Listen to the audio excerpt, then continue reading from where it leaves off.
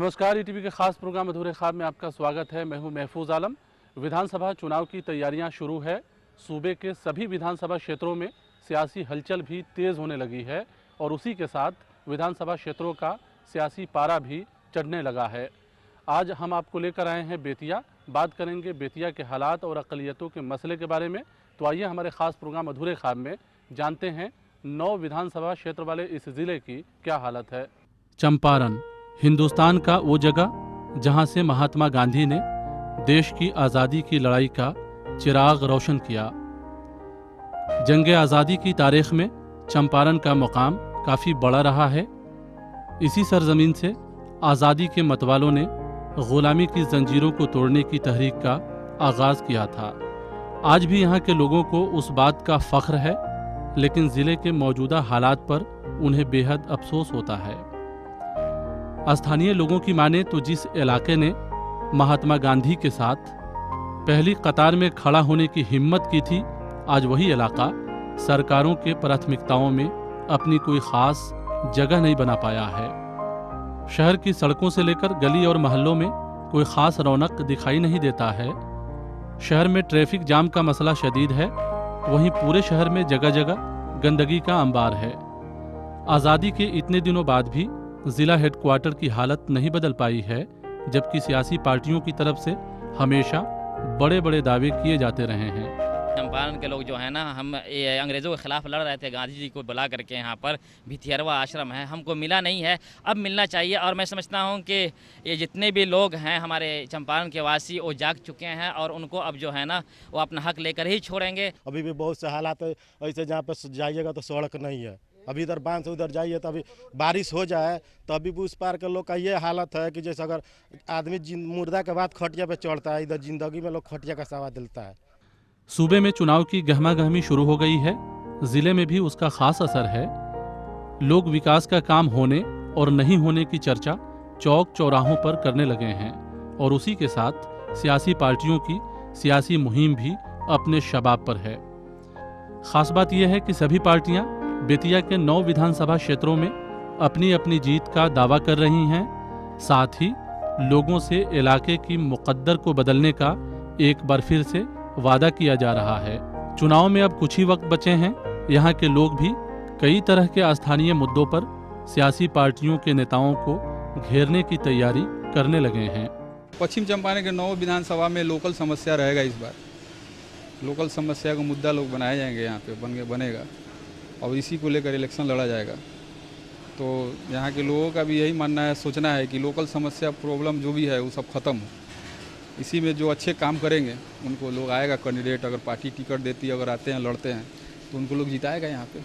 दरअसल ये इलाका पूरी तरह से खेती पर निर्भर करता है।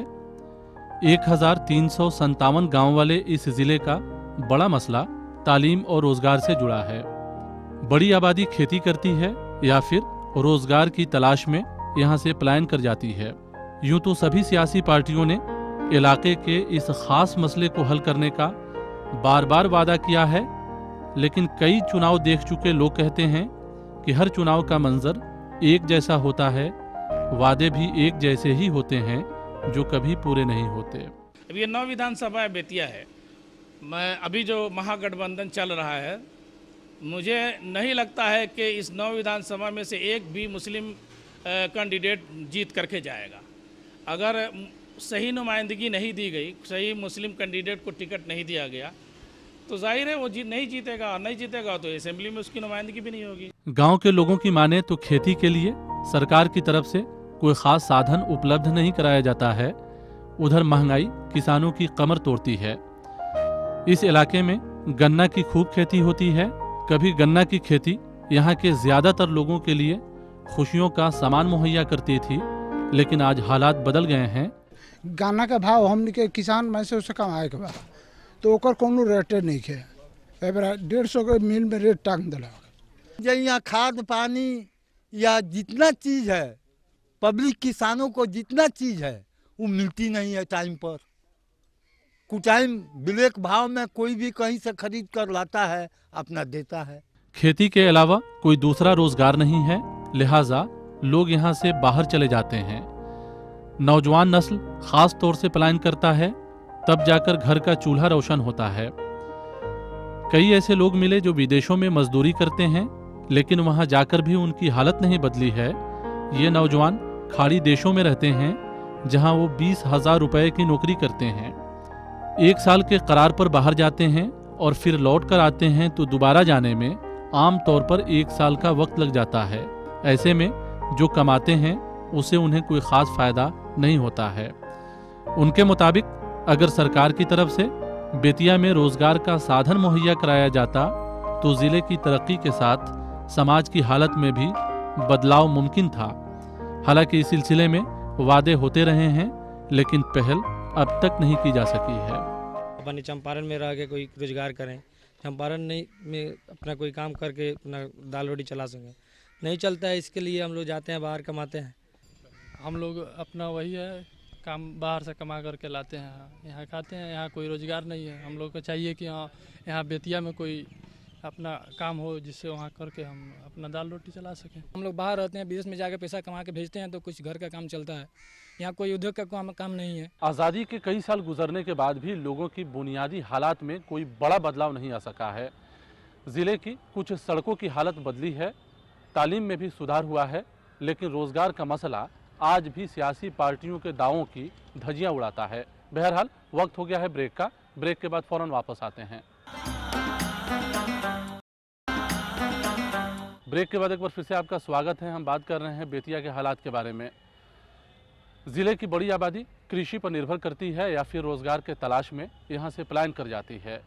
सूबे में होने वाले सभी चुनावों में महात्मा गांधी के कर्मभूमि रहे इस इलाके की तरक्की का नारा तो खूब दिया जाता रहा है, लेकिन लोगों के हालात कितने बदल सके हैं, देखिए लोग क्या कहते हैं। ज़िले में सड़कों की हालत बदली है, लेकिन रोज़गार बड़ा सवाल है। उसी के साथ तालीम का मसला भी कई इलाकों में बेहद संगीन है। बात अक़लियतों की हो तो तस्वीरें और भी खस्ता हाल है।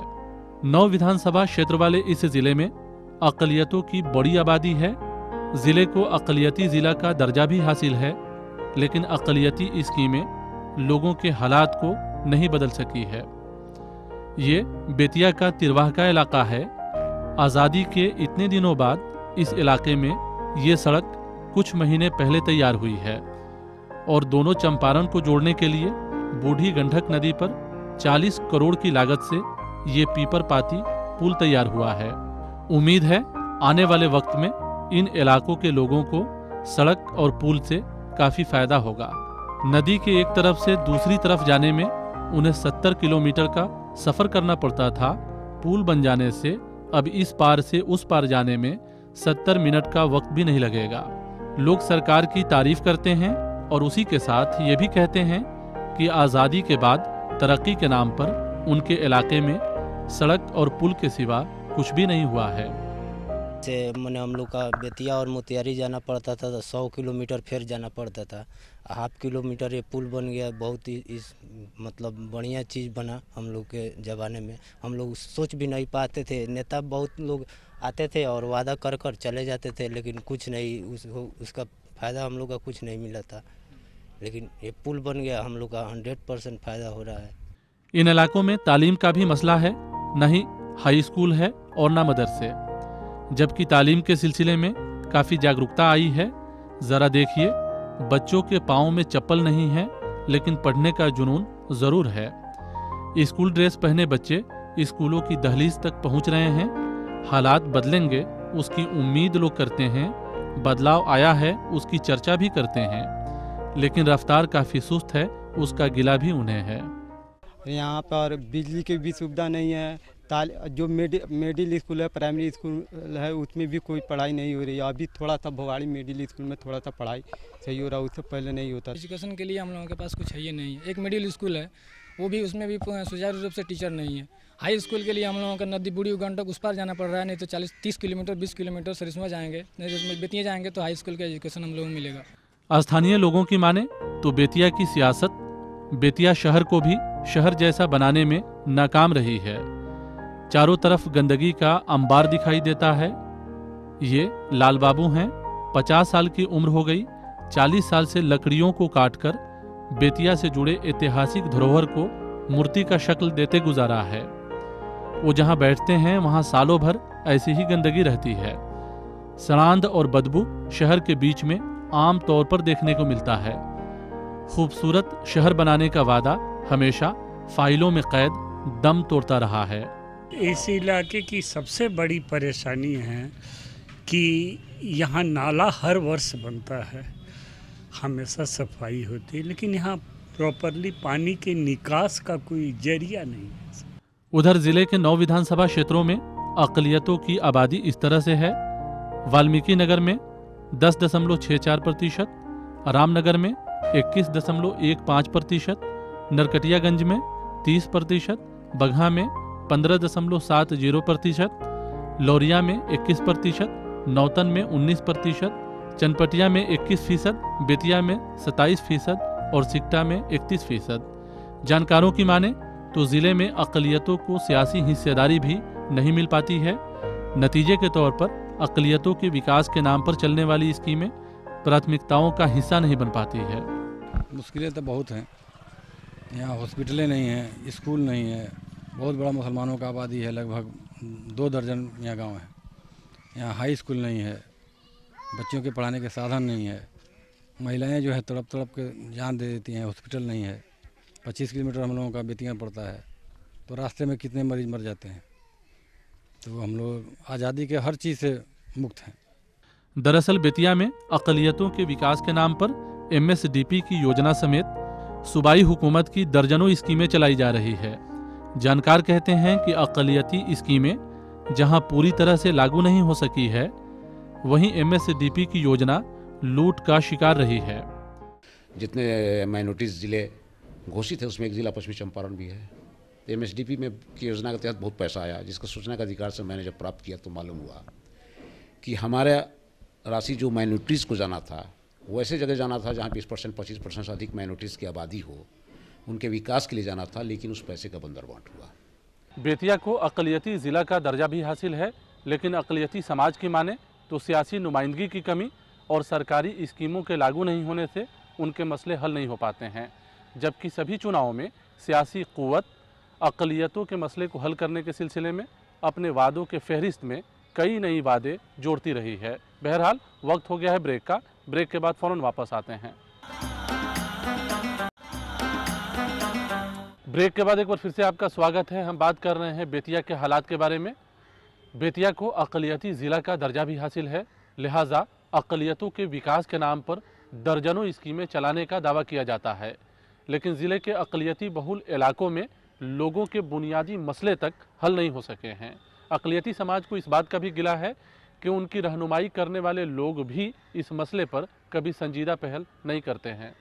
चुनाव करीब है, ज़िले में वोट का समीकरण बनने लगा है। सभी सियासी पार्टियों के लोग लोगों के राब्ते में हैं और उन्हें एक बार फिर से खुश करने की हर मुमकिन कोशिश का आगाज हो चुका है। जिले के 9 विधानसभा में 5 पर बीजेपी का कब्जा है, 3 पर जेडीयू का और एक आज़ाद उम्मीदवार ने जीत हासिल की थी जो अभी माझी के साथ हैं। ऐसे में एनडीए 6 विधानसभा क्षेत्रों का नेतृत्व कर रहा है। सूबे में इस बार का सियासी समीकरण भी बदल चुका है। जो पार्टियां एक दूसरे के साथ थीं, अब इस बार के चुनाव में एक दूसरे के खिलाफ रहेंगी और जो पार्टी एक दूसरे के खिलाफ थी, अब एक दूसरे के साथ है। दावा करना हर आदमी का अपना काम है।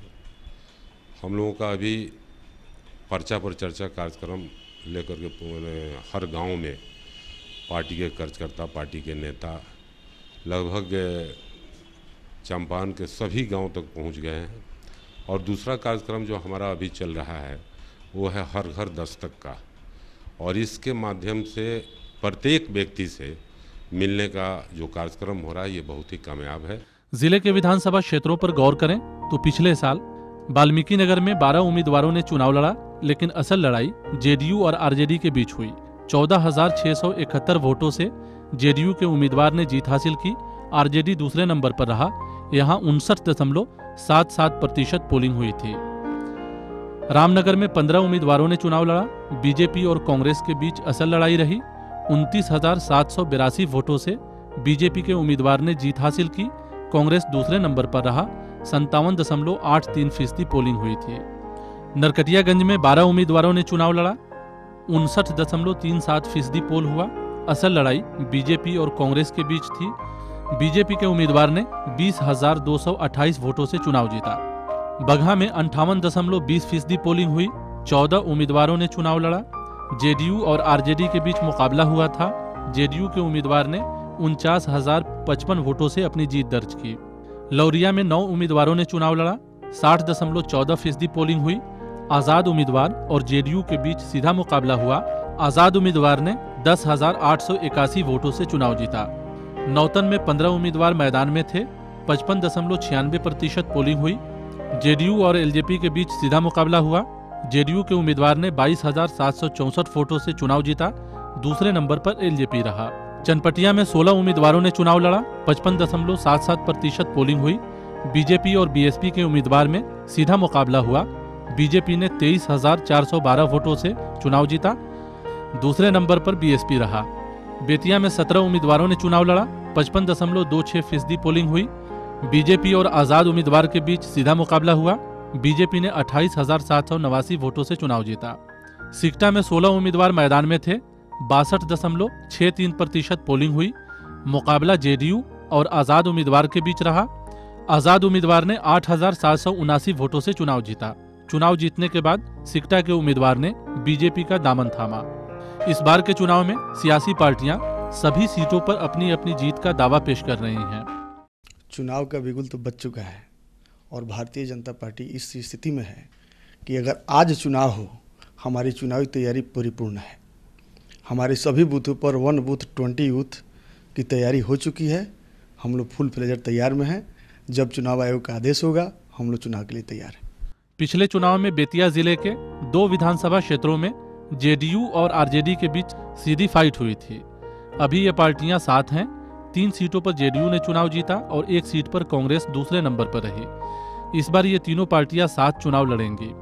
उधर 5 सीटों पर बीजेपी का पहले से कब्जा है। लौरिया से विनय बिहारी की सीट भी गठबंधन में एनडीए के पास है। 1 सीट पर एलजेपी दूसरे नंबर पर रही थी। ऐसे में अगर इस बार के चुनावी समीकरण और पार्टियों के गठबंधन को देखें तो लड़ाई काफ़ी दिलचस्प होगी।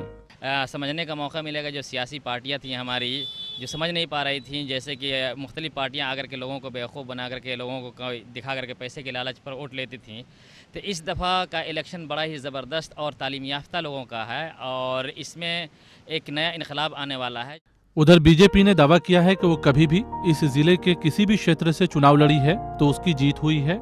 इस बार भी उनकी तैयारी अपने आखिरी मरहले में है। लोकसभा चुनाव में हमने बहुत अच्छा प्रदर्शन बूथ लेवल तक किया है और सबसे बड़ी बात है कि चुनावी तैयारियों के सिलसिले में आप यहाँ आए हैं, चुनाव आयोग के यहाँ के कार्यालय से भी पता कर सकते हैं कि बूथ लेवल तक की बीएलओ का गठन इस ज़िले में अगर किसी ने 90% किया है तो वो भारतीय जनता पार्टी ने किया है। जेडीयू नेता असलम खान कहते हैं कि इस बार महागठबंधन बना है और उनके गठबंधन को जिले के सभी सीटों पर फायदा होगा। इस बार चंपारण की 9 सीट पर महागठबंधन का निश्चित रूप से जीत होगा। हम आपको आश्वस्त करते हैं, चूँकि अभी जो हमारा कम्बिनेशन का वोट है, कम्बिनेशन का वोट कहीं जाने वाला नहीं है। पिछले चुनाव में आरजेडी को इस जिले से एक भी सीट हासिल नहीं हुई थी। गठबंधन से आरजेडी नेता खुश हैं।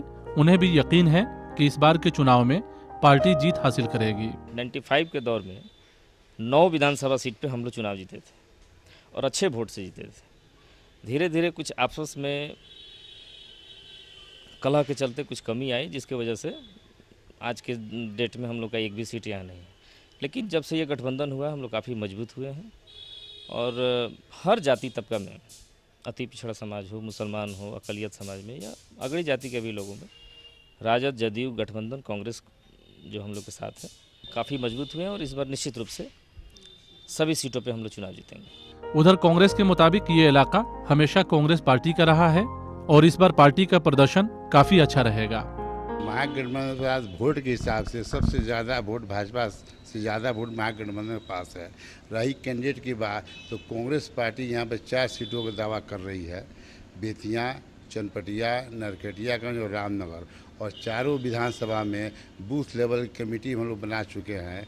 हम लोग पंचायत अध्यक्ष बना दिए हैं और सारे कार्रवाई हम लोगों को सुचारू रूप से चल रही है कि ताकि अगर कैंडिडेट हम लोग का डिक्लेयर हो जाएंगे तो उनको किसी तरह की कोई कमी नहीं होगी और सीट हम लोग निकाल लेंगे अपना। जानकारों के मुताबिक सभी सियासी पार्टियां अपनी अपनी जीत का दावा जरूर कर रही हैं, लेकिन ऊंट किस करवट बैठेगा देखना अभी बाकी है। लेकिन फिलहाल सीटों के तालमेल को लेकर भी एक सियासत होनी बाकी है। देखना है इस मसले से सियासी पार्टियां कैसे निपटती हैं। इसलिए भी कि कई लोग चुनाव लड़ने की तैयारी में मसरूफ हैं। अगर उन्हें टिकट नहीं मिला तो वो अपने गठबंधन को समर्थन करेंगे या दूसरे गठबंधन को कहना मुश्किल है। चुनाव का मौसम है तो जाहिर है सभी सियासी पार्टियों के अपने अपने दावे हैं और अपने अपने तर्क हैं। सभी सियासी पार्टियां जिले के सभी सीटों पर अपनी अपनी जीत का दावा ठोक रही हैं। देखना है किस पार्टी के नसीब में कौन से विधानसभा क्षेत्र का कमान आता है। बहरहाल वक्त हो गया है आपसे रुखसत लेने का। अगले हफ्ते किसी नए मुद्दे के साथ आपसे फिर मुलाकात होगी। अगर आप इस प्रोग्राम के बारे में अपना कुछ सुझाव देना चाहते हो तो हमें ईमेल कीजिए। हमारा ईमेल एड्रेस है ak@etv.co.in। तो यहीं पे हमें और हमारी पूरी टीम को दीजिए इजाज़त। नमस्कार।